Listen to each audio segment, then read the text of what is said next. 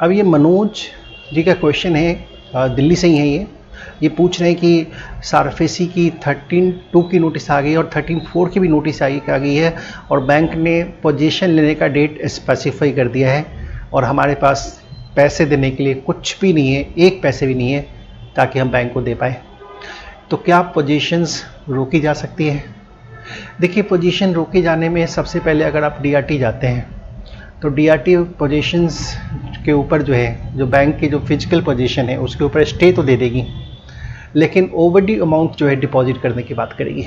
Overdue amount जैसे for example आपका 10 EMI आपने पेमेंट नहीं किया और एक ईएमआई 50,000 की है, तो 10 ईएमआई कितनी हो गई? 5 लाख की। अब उस 5 लाख में कम से कम 50% अमाउंट जो है वो डीआरटी कहेगी कि आप डिपॉजिट करो, मतलब 2.5 लाख करीब कि आप डिपॉजिट करो, तभी हम आपके पोजीशंस के ऊपर स्टे देंगे। और अगर आप डिपॉजिट करते हैं तो बेशक पोजीशन पे स्टे मिल जाएगा, लेकिन अगर आपके पास पैसे ही नहीं है तो बहुत मुश्किल है फिजिकल पोजीशन को रुकवाना।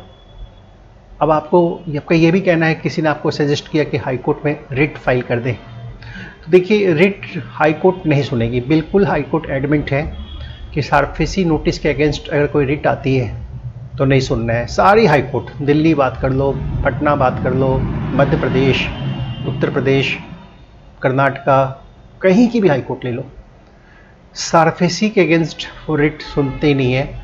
वो कहते हैं भाई आपके पास ऑल्टरनेट रेमेडी अवेलेबल है, आप डीआरटी जाओ, और पॉसिबल है आपको फिर डीआरटी ही जाना पड़ेगा और डीआरटी में फिर से वही डिपॉजिट की बात आएगी और उसको भी अकॉर्डिंगली बियर करना पड़ेगा। तो अब लोन लिया है तो इतना करना पड़ेगा आपको, डिपॉजिट्स पोजीशन को स्टे करवाना है तो कम से कम ओवरड्यू अमाउंट का 50%, 40%, 30% वहाँ आप कोर्ट से बार्गेनिंग कर सकते हैं, ये अपने पास रखो आप, तभी पोजीशन जो है वो स्टे हो पाएगी।